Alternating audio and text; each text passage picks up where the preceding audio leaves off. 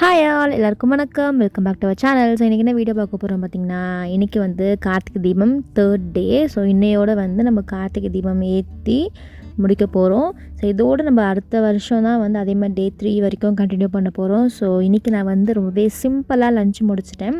என்னென்னா தயிர் மட்டும் தாளிச்சிட்டேன். அதுக்கப்புறம் சிக்கன் ஃப்ரை பவுடர் இருக்குல்ல, அதை வந்து ஆட் பண்ணி பொட்டேட்டோ ஃப்ரை பண்ணிவிட்டேன். அந்த டேஸ்ட் வந்து அந்த காம்பினேஷன் எனக்கும் பிரவீனுக்கும் ரொம்ப பிடிக்கும். செம்ம டேஸ்ட்டாக இருக்கும்.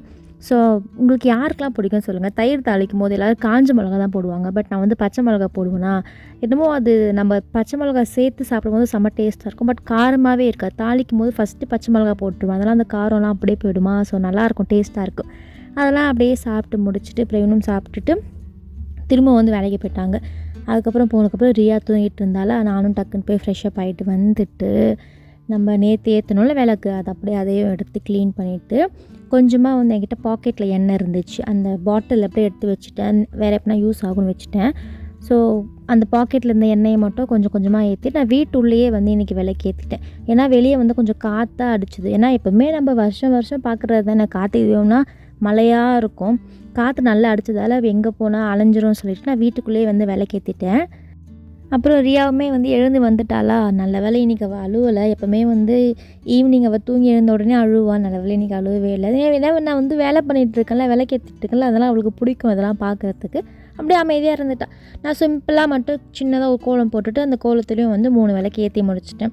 அப்புறம் சைட்லலாம் வந்து விளக்கேற்றிட்டு அப்படியே வந்து ஒரு 9 o'clock மேலே ஆகிடுச்சு. எல்லா விளக்கும் ஆஃப் பண்ணிவிட்டு எடுத்தாச்சு. எடுத்ததுக்கப்புறம் கையோடு வாஷ் பண்ணிடலாம். ஏன்னா மார்னிங் வந்து நான் அம்மா வீட்டுக்கு போகிற மாதிரி இருக்கேன். அதனால் வந்து நைட்டே வாஷ் பண்ணி எடுத்து வச்சிடலான்னு சொல்லிட்டு என்ன பண்ணேன், எல்லா விளக்கும் எடுத்துகிட்டு அந்த திரியெல்லாம் வந்து சில பேர் சொல்கிறாங்க திரியெல்லாம் கலெக்ட் பண்ணி நடு வீடுனா வாசல் இருக்குல்ல, வாசல்கிட்ட வந்து வச்சு கற்பூரம் வச்சு கொளுத்தணும் அப்படிலாம் சொல்கிறாங்க. அது வந்து எனக்கு பண்ணுற அளவுக்கு எனக்கு அந்த நாலேஜ் வந்து அவ்வளோவா இல்லை.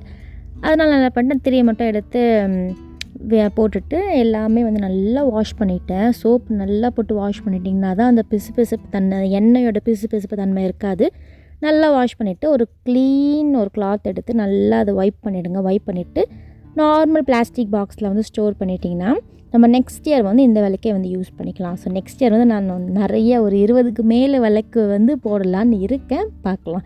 ஏன்னா இதுதான் எனக்கும் பிரவீனுக்கும் ஃபர்ஸ்ட் டைம் நாங்கள் இங்கே செலிப்ரேட் பண்ணுறது.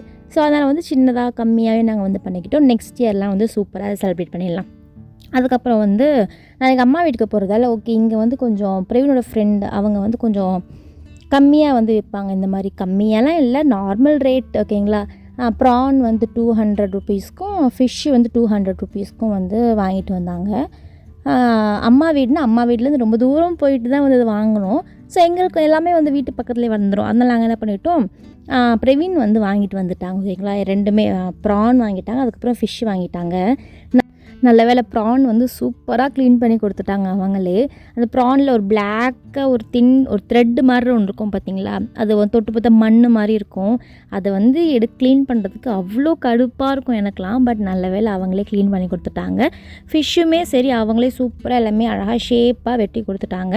நான் எல்லாமே என்ன பண்ணிட்டேன், எல்லாமே வந்து நாளைக்கு மார்னிங் தான் போகிறதால இன்றைக்கி நல்லா ப்ரானை வந்து வாஷ் பண்ணி 2-3 வாட்டி வாஷ் பண்ணிவிட்டு டர்மரிக் பவுடர் போட்டு நல்லா வாஷ் பண்ணிவிட்டு நல்லா தண்ணியை நல்லா ட்ரெயின் பண்ணிவிட்டு நல்லா டப்பர் வேரில் நல்லா க்ளோஸ் பண்ணி ஃப்ரீசரில் எடுத்து நல்லா ஃப்ரீஸ் பண்ணிவிட்டேன். அதுக்கப்புறம் ஃபிஷ் எடுத்தேன். ஃபிஷ்ஷுமே வந்து நல்லா இருந்துச்சு, நல்லா ஃப்ரெஷ் மீன் போல் நல்லா ரத்தமாகவே இருந்துச்சு. ஸோ ஃபிஷ்ஷு நல்லா சூப்பராக இருந்துச்சு. அதெல்லாம் நல்லா வாஷ் அவுட் பண்ணிவிட்டு ஃபிஷ்ஷுமே வந்து நிறைய பேர் சால்ட்டு போட்டு பண்ணுவாங்க. பட் நான் சால்ட்டு போட்டு எனக்கு அது சமைக்கும் போது பண்ணிக்கலாம் அப்படின்னு சொல்லி என்ன பண்ணேன், வெறும் டர்மரிக் மட்டும் இருக்குல்ல, அதை மட்டும் கொஞ்சம் போட்டு அதையும் வாஷ் அவுட் பண்ணி அதேமாதிரி நல்லா சில்வர் பாத்திரத்தில் வந்து எடுத்து ஃப்ரோசன் பண்ணிட்டேன். ஸோ 2மே மார்னிங் போகும்போது எடுத்து வச்சுட்டு அப்படியே போக வேண்டியது தான். என்னோடய ப்ரீவியஸ் வீடியோ நீங்கள் பார்த்துருந்தீங்கன்னா தெரியும், நான் வந்து அந்த ஃபிஷ்ஷோடைய ஃப்ரை ரெசிபி வந்து போடுறேன்னு சொல்லியிருந்தேன்ல. ஸோ நாளைக்கு வந்து நான் அம்மா வீட்டுக்கு தான் போவேன். அங்கே நான் என்ன பண்ணுறேன், போய் வந்து அதை கேப்சர் பண்ணி உங்களுக்கு நெக்ஸ்ட்டு vlogல வந்து அப்லோட் பண்ணுறேன். ரொம்ப டேஸ்ட்டாக இருக்கும். நீங்கள் கண்டிப்பாக யாருன்னா ஒருத்தராவது ட்ரை பண்ணிவிட்டு எனக்கு எப்படி இருக்குதுன்னு இந்த வீடியோ கீழேயே வந்து கமெண்ட் சொல்லுங்கள். அப்படி இல்லை எனக்கு நார்மலாக நீங்கள் இன்ஸ்டால் கூட மெசேஜ் பண்ணலாம். ஸோ அதையும் நான் என்ன பண்ணிட்டேன், எடுத்து ஃப்ரோசன் பண்ணிட்டேன். இந்த ஃபிஷ்ஷு ப்ரான் இல்லாமல் தனியாக வந்து வீட்டுக்குன்னு சொல்லிட்டு பிரவீன் வாங்கியிருந்தாங்க. அதேமாரி நான் என்ன பண்ணிவிட்டேன், டர்மரிக் பவுட்ரு போட்டு நல்லா வாஷ் அவுட் பண்ணியாச்சு. பண்ணிட்டதுக்கப்புறம் அது வந்து மசாலா போட்டு ஃப்ரீஸ் பண்ணிடலாம் அப்படின்ட்டு என்ன பண்ணேன், நான் எப்போவுமே வழக்கம் போல் நான் சொன்னேன் பார்த்தேன், அந்த ரெசிபி மசாலா தான் போடுவேன். சரி ஓகே இன்றைக்கி கொஞ்சம் ட்ரை பண்ணலாம், வித்தியாசமாக ட்ரை பண்ணலான்னு சொல்லிட்டு குழம்பு மிளகாத்தூள் இருக்குல்ல, நார்மலாக வீட்டில் பண்ணுறது தான் அது. குழம்பு மிளகாத்தூள் மட்டும் கொஞ்சம் ஆட் பண்ணிவிட்டு சால்ட்டு போட்டு அப்படியே வந்து நல்லா மிக்ஸ் பண்ணி ஜஸ்ட்டு நல்லா டப்பர்வேர் மாதிரி ஒரு பாக்ஸில் க்ளோஸ் பண்ணிவிட்டு அப்படியே தூக்கி ஃப்ரோஸ் பண்ணிட்டேன். நான் இது வரைக்கும் வந்து அம்மா வந்து வெறும் மிளகாத்தூள் தான் போட்டு ஃப்ரை பண்ணுவாங்க.